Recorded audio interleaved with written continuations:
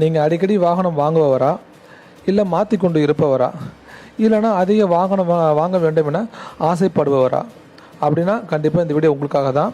நீங்கள் முதலில் வாங்கிய வாகனம் உங்களுக்கு அடுத்தடுத்த வாகனங்களை வாங்கக்கூடிய அளவிற்கு வாகன யோகத்தை கொடுத்துருக்கும்.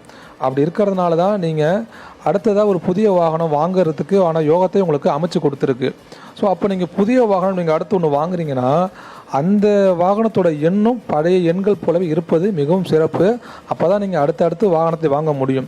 அதே மாதிரி புதிய வாகனத்தை வாங்கினதுமே பழைய வாகனத்தை விற்கிறத தவிர்க்கவும். ஏன்னா பழைய வாகனத்தின் யோகத்தால் தான் நீங்கள் புதிய வாகனம் வாங்கியிருக்கீங்க.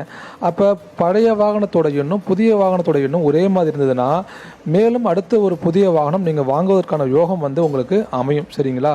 ஸோ இது தெரியாமல் நீங்கள் பழைய வண்டியை விற்றுட்டு புது வண்டியை வாங்குறது, இல்லைனா புது வண்டி வாங்கினதுக்கப்புறம் பழைய வண்டி விற்கிறதுங்கிறத அடிக்கடி இப்படி நீங்கள் ஒரு விஷயம் பண்ணக்கூடாது. சரிங்களா? ஏன்னா எண்கள் உங்களுக்கு புதுசாக ஒரு விஷயம் அமையும் போது வாகன யோகத்தை தடுக்கவும் வாய்ப்பு இருக்குது. அதனால் எந்த எண்கள் வச்சுக்கொண்டு நீங்கள் புது வண்டி வாங்கினீங்களோ அந்த எண்களை அடுத்தடுத்து வாங்குவதற்கு முயற்சி செய்யுங்கள். இதனால் வாகனங்கள் அதிகம் சேருவதற்கான வாய்ப்பு உங்களுக்கு சேரும். சரிங்களா?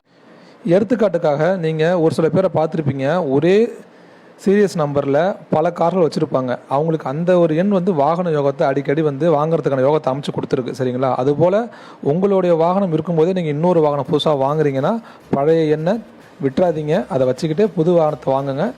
சரிங்களா? நன்றி.